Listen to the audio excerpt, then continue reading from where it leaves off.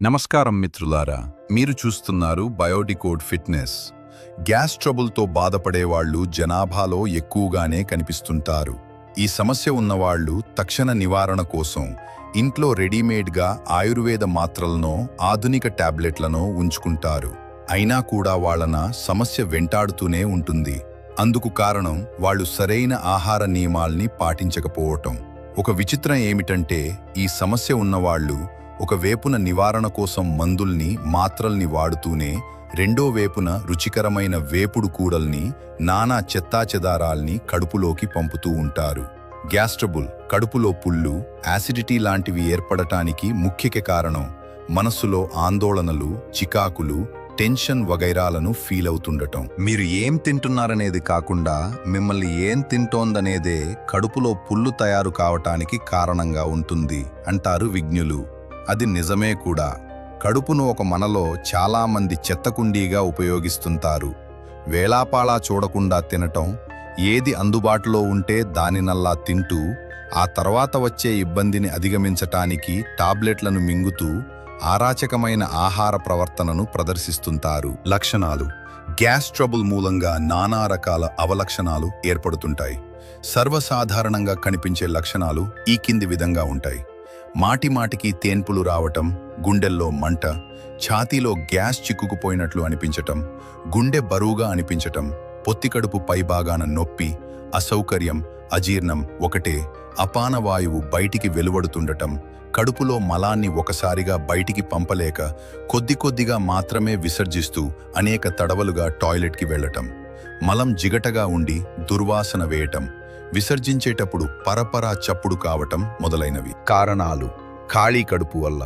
కడుపును ఖాళీగా ఉంచితే లోపల యాసిడ్ బాగా ఉత్పత్తి అవుతుంది. ఈ రోజుల్లో బరువును తగ్గించుకోవటం కోసం బ్రేక్ఫాస్ట్న లంచ్నో ఎగగొట్టడం ఫ్యాషన్గా ఉంటోంది. ఇలా మాటిమాటికి జరుగుతుంటే కడుపులో గ్యాస్ ఉత్పత్తి అవుతుంది. క్రమబద్ధమైన అలవాటు లేక, వేళకు భోజనం చేయకపోవటం, వేపుడు మసాలా కూరలను లాగించటం, కడుపులో ఎంత పట్టితే అంత లోపలికి ఆహారాన్ని కుక్కటం లాంటి అరాచక ఆహారపు అలవాట్లు గ్యాస్ తయారు కావటానికి దోహదం చేస్తాయి. మానసిక ఒత్తిళ్లు: హరి, వరి, కరి అనే 3 కారణాలు కడుపులో అల్సర్లు రావడానికి కారణంగా ఉంటాయని ఆంగ్లంలో ఒక సూక్తి ఉంది. ఈ మూడింటిలో ముఖ్యంగా వర్రీ అంటే మానసిక ఆందోళనలు కడుపులో యాసిడ్ ఉత్పత్తిని పెంచటానికి దోహదం చేస్తాయనేది మాత్రం నిజం. డ్రింక్స్ మూలంగా కోలా పానీయాలు, సోడా, బీరు లాంటి డ్రింక్స్ని అతిగా తాగితే వాటిలో ఉండే కార్బనేషన్ మూలంగా కడుపులో గ్యాస్ ఉత్పత్తి అవుతుంది. మద్యం, పొగ, సిగరెట్లలో ఉండే నికోటిన్ అనే పదార్థం హైడ్రోక్లోరిక్ యాసిడ్ని ఉత్పత్తి చేసే గ్రంథుల్ని ప్రేరేపిస్తుంది. అలాగే ఆల్కహాల్ డ్రింకులు కడుపు లోపలి పొరను చికాకు పరుస్తాయి. ఈ 2 సందర్భాలలోనూ కడుపులో గ్యాస్ ఉత్పత్తి అవుతుంది. భారీకాయం: ఊరకే ఇంత దొందు ఒళ్ళు ఉండి శరీరానికి తగ్గ శ్రమ, ఎక్సర్సైజులు లేకపోతే కడుపు లోపలికి వెళ్లిన ఆహారం సరిగ్గా జీర్ణం కాక గ్యాస్ ఉత్పత్తి అవుతుంది. ఆడవాళ్లలో 40 ఏళ్లు దాటిన లావాటి ఆడవాళ్లు తిన్నది అరగక ఒకటే తేన్పులు రావటం, పరిపర్మంటూ చప్పుళ్ళు చేయటం కనిపిస్తుంటుంది. బహుశా వీళ్లకు గాల్ బ్లాడర్లో రాళ్లు ఏర్పడి ఉండవచ్చు. ఇలాంటి స్త్రీ ఎవరైనా దీర్ఘకాలంగా గ్యాస్ ట్రబుల్తో బాధపడుతుంటే అల్ట్రాసోనోగ్రఫీ అనే టెస్ట్ ద్వారా ఈ చెప్పిన కారణాల గురించి తెలుసుకోవచ్చు. అన్ని పరిష్కారాల ద్వారా టెస్ట్ ద్వారా ఈ చెప్పిన కారణమేదన్నా ఉన్నదేమో పనదేమో పరీక్ష చేయించుకోవటం మంచిది. అమీబియాసిస్: ఈ రోజుల్లో నగరాల్లో నివసించే ప్రజలలో అమీబిక్ ఇన్ఫెక్షన్ సాధారణమైపోయింది. కూరగాయలను సరిగ్గా కరగకపోవటం, రోడ్డు పక్క హోటళ్లలో లభించే మలినపూరితమైన ఆహారాన్ని తినటం, కలుషిత నీటిని త్రాగటం లాంటి కారణాల వల్ల ఈ ఇన్ఫెక్షన్ ఏర్పడుతుంది. అమీబిక్ ఇన్ఫెక్షన్ ఉన్న వ్యక్తి కొంచెం ఆహారాన్ని తీసుకున్నాగాన కడుపు నిండుగా ఉన్నట్లు అనిపిస్తుంది. మలం జిగటగా ఉండి విసర్జిస్తున్నప్పుడు చెప్పరాని చెడువాసన వేస్తుంటుంది. మనిషిలో అలసట, నీరసం, బద్ధకం కలుగుతుంటాయి. పై లక్షణాలు కనిపిస్తున్నప్పుడు ఆ వ్యక్తి తన మలాన్ని పిరియాడికల్గా పరీక్ష చేయించుకోవటం ఆవశ్యం. తాత్కాలిక ఉపశమనం కోసం ఏవో మందుల్ని వాడటం కాకుండా పూర్తి కోర్సు కింద యాంటీ అమీబిక్ ట్రీట్మెంట్ని తీసుకోవటం అవసరం. తరచుగా గ్యాస్ ట్రబుల్తో బాధపడుతూ ఉంటే ఆ మనిషి కొన్ని రకాల ఆహార పదార్థాల జోలికి పోకుండా ఉండటం మంచిది. భోంచేసేటప్పుడు నీళ్లు తాగొద్దు.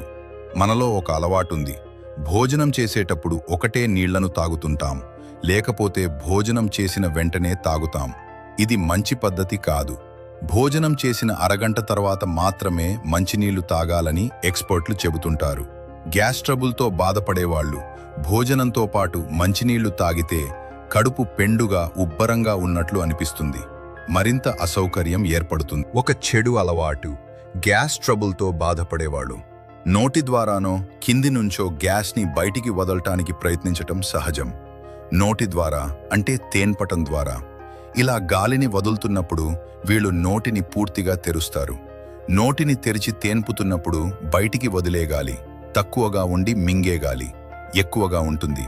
దీనివల్ల గ్యాస్ ట్రబుల్ మరింత ఎక్కువ అవుతుంది. గ్యాస్ ట్రబుల్కి హార్ట్ ట్రబుల్కి సంబంధం. గ్యాస్ ట్రబుల్తో బాధపడే వాళ్లలో కొందరు గుండెల్లో బరువని మంటని గోల పెడుతుంటారు. ఈ లక్షణం గుండె నొప్పికి సంబంధించిందిలాగే అనిపిస్తుంది. ఈ రెండు నొప్పులకి మధ్య తేడాని కనిపెట్టడం కష్టమే కూడా. మీరు కనుక గుండె జబ్బుకు సంబంధించిన పేషెంట్ అయితే ఇలా అనిపించినప్పుడు అది గ్యాస్ ట్రబుల్ తాలూకు నొప్పనుకుంటూ అశ్రద్ధ చేయవద్దు. వెంటనే డాక్టరును సంప్రదించటం మంచిది. డాక్టరు ఆ నొప్పి దేనికి సంబంధించిందో చెప్పగలుగుతారు. పిల్లల్లో గ్యాస్. పిల్లలు పాలు తాగే సీసా మరీ చిన్నగానో మరీ పెద్దగానో ఉంటే కూడా వాళ్ళు గాలి మింగటానికి అవకాశం ఉంటుంది. అత్యధికంగా గ్యాస్ని కలిగించేవి పాలు, వెన్న, పెరుగు, మజ్జిగ లాంటి డైరీ ప్రొడక్ట్స్, ఉల్లిపాయలు, బీన్స్, క్యారెట్, అరటి, మొలక ధాన్యాలు.